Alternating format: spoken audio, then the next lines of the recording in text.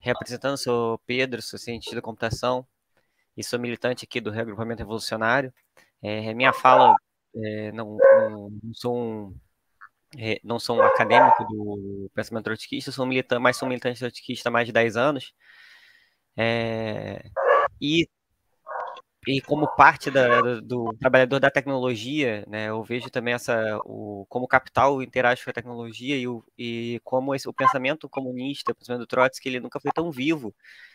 Hoje, quando a gente pensa na tecnologia.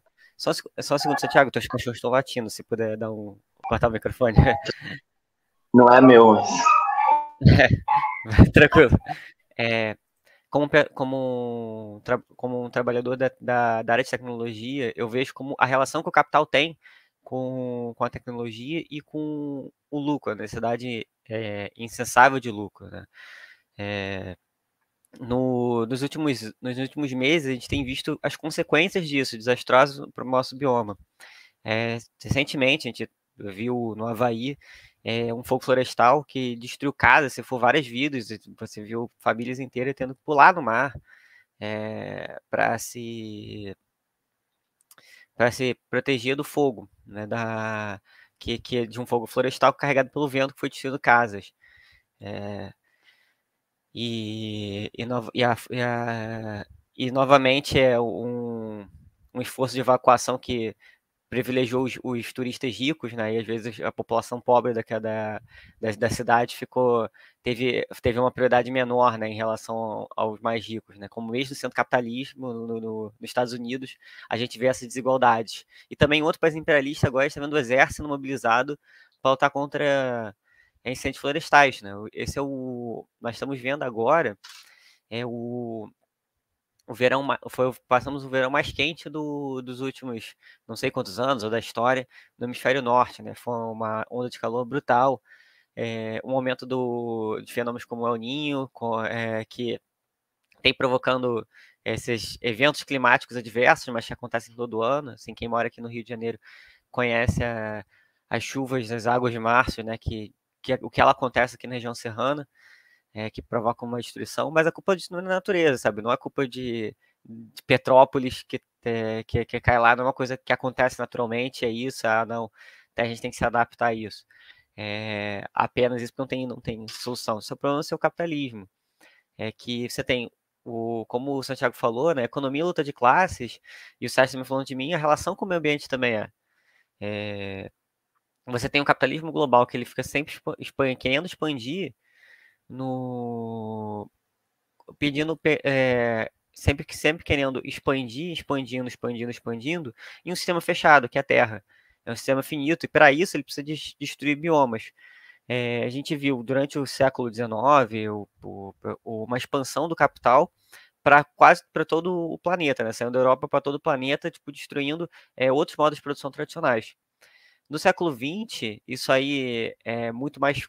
Como o capitalismo hoje em dia é muito mais hegemônico, agora ele está destruindo os poucos povos que restam tradicionais, esses poucos biomas estão sendo destruídos e destruindo a forma de viver desses povos pela forma como essa expansão capitalista ocorre. Num sistema muito frágil, um sistema ecológico frágil que é a Terra.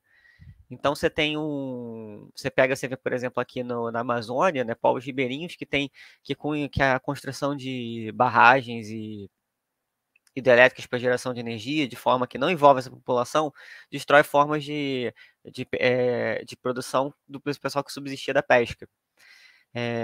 Isso aqui pegando na periferia do Brasil, na região amazônica. No, no, Aqui, ou então você vê um turismo predatório, como a gente tem aqui no Rio de Janeiro, no estado do Rio de Janeiro, em várias regiões tradicionalmente caiçaras, né, que você traz que você traz turistas para aquela região, destruindo também aquele bioma que é necessário para existir, para a subsistência de várias pessoas e povos tradicionais. E que são invisibilizados pelo capitalismo, né? Até recentemente a gente não sabia quantos quilombolas tinham no Brasil, porque não aparecia no censo. Isso apareceu a primeira vez dessa vez. Então é um capital que não vê essa população e que não e que destrói o modo de vida dessa população para quê? Para levar essas pessoas para viver de forma precarizada. O ribeirinho, quando o rio dele é destruído, ele vai viver como? Ele vai morar numa grande cidade, provavelmente vai, muitas vezes, vivendo de forma precarizada, trabalha no iFood, trabalha no Uber, vai integrar o exército de reserva do capital, ou então vai para o garimpo ilegal, vai ir para outras formas que dão dinheiro, né? Por isso é que nem é um ciclo infinito, similar ao que a gente vê hoje com a guerra às drogas, né? Você traz que é uma guerra contra a juventude pobre, a juventude negra, e contra os povos tradicionais que vivem na periferia do capitalismo, para se aumentar esse exército de reserva do capital e precarizar ainda mais as relações produtivas da classe trabalhadora. E para a gente resolver essa questão, a gente precisa de um pensamento internacionalista. Tipo, não dá para a gente pensar no Brasil aqui de forma isolada, né? A Terra é ligada e o pensamento internacionalista do Trotsky, isso se torna muito necessário. Porque da mesma forma como a Terra é ligada, só a evolução vai ter. E também outra coisa que é importante no pensamento do Trotsky é que a gente não vai conseguir salvar o nosso planeta sem acabar com esse capitalismo. Quando o Trotsky fala da revolução permanente, ele fala muito claro, né, que o capital não consegue a burguesia não consegue cumprir as próprias promessas da revolução capitalista, né, quando destruiu o feudalismo, em especial na periferia do capital. Agora, nesse momento, onde as contradições capital-trabalho estão muito acirradas, e com essa destruição dos biomas, fica cada vez mais claro, né? A burguesia quer explorar mais e mais os trabalhadores, por isso tem precarizado mais as formas de relação de trabalho. A gente está vendo uma destruição do estado de bem-estar social, ao mesmo tempo que tem uma destruição dos biomas, dessas outras formas de subsistência e destruição dos biomas, que pode, inclusive, você vê como a gente via no centro do capital, né, nos Estados Unidos e no Canadá, uma destruição que afeta, inclusive, a classe trabalhadora, em especial, do centro do capital. A gente está falando dos Estados Unidos, Canadá, Europa, porque, de novo, o planeta é um só. E aí a nossa espécie, nesse momento, flerta com a própria extinção de forma muito perigosa. É, eu tenho muitas dúvidas se o capitalismo sobrevive os próximos anos, ou porque essas contradições, que assim eu espero, vão trazer o próprio fim pela mão da classe trabalhadora, eu acho por isso que é necessário a nossa organização, ou então porque a destruição da terra vai tornar os recursos escassos bastante para uma sociedade desse tipo existir. E a burguesia já está percebendo isso. Então não é à toa esse fetiche com exploração espacial que estamos vendo, da forma como é mostrado, nada contra a exploração espacial, não sou um ludita, né?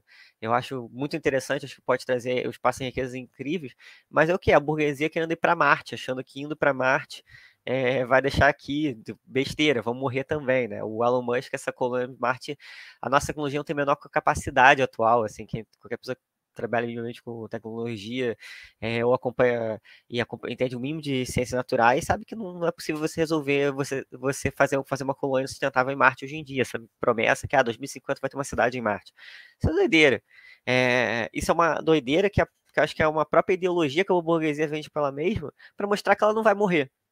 Tipo, eles vão sobreviver de alguma forma, vão conseguir levar meia dúzia de pessoas para Marte e deixar o resto aqui morrer também.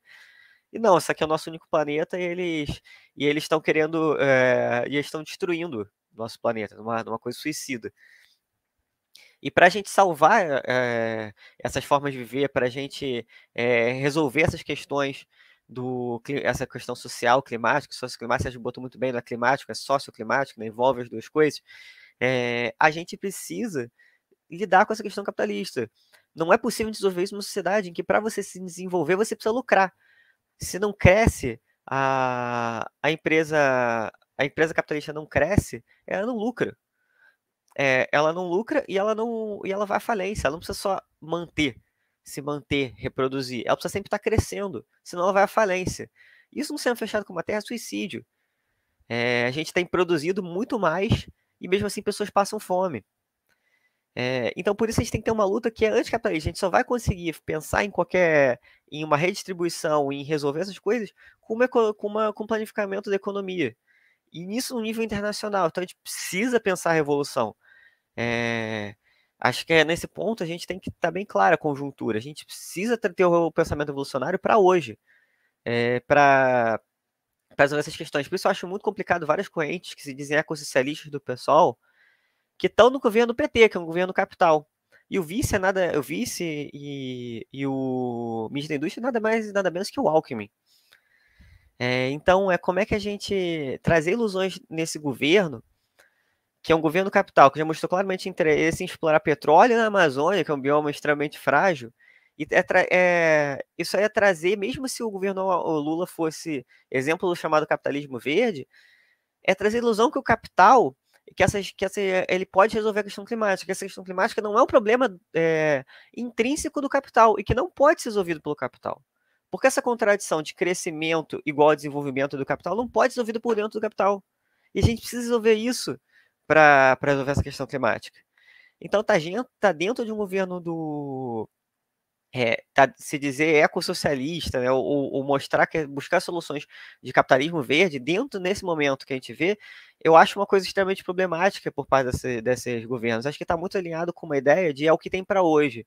A gente passou por um governo péssimo, que é o governo Bolsonaro, de que o que tem para hoje, essa alternativa é o governo do PT. É o menos pior. Mas a conjuntura mostra que a gente não tem tempo para ser pessimista. As formas de vida e as condições de trabalho e as condições de viver relacionadas a biomas estão se exaurindo, né? Os trabalhadores estão mais e mais precarizados, né? Como o Santiago bem falou, né? Temos mais trabalhadores precarizados, uma relação econômica cada vez pior de trabalho. A contratação do trabalho está mais acirrada, está piorando a qualidade de vida da classe trabalhadora e a relação com o clima dos povos tradicionais e a relação com o clima que a próxima classe trabalhadora tem, que tem menos capacidade de se proteger dessas mudanças climáticas e estão sendo colocadas de boi de piranha para ser sacrificados nesse projeto suicida da burguesia,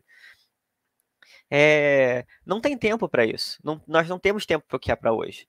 Então a gente não pode recuar pautas. Acho que os fogos no centro do capital, né? Tipo, esses incêndios no centro do capital que a gente vê pegando fogo literalmente, e também todas essas mudanças climáticas mostram a Terra, a nossa forma de viver com o nosso planeta não permite mais a gente esperar. Então não é o momento da gente ter coragem em romper com esses programas. Por isso é necessário, mais do que nunca, a construção de uma pauta revolucionária e anticapitalista, que é algo que está perdido por grande parte da esquerda e que acho que precisa ser trazido. Por isso acho que é importante saudar esse tipo de espaço, acho muito legal a intelectualidade e a academia estarem discutindo com a militância, eu acho que isso é importante, acho saudável, mas a gente tem que manter isso vivo, tem que manter esse pensamento militante vivo, mas também a militância prática militante vivo e refletida no dia a dia das nossas organizações. Não dá para a gente falar ser anticapitalista e na prática da nossa organização estar aliado dentro de um governo capital. Então é isso, concluo minha fala. Eu acho que passo para os próximos camaradas da mesa.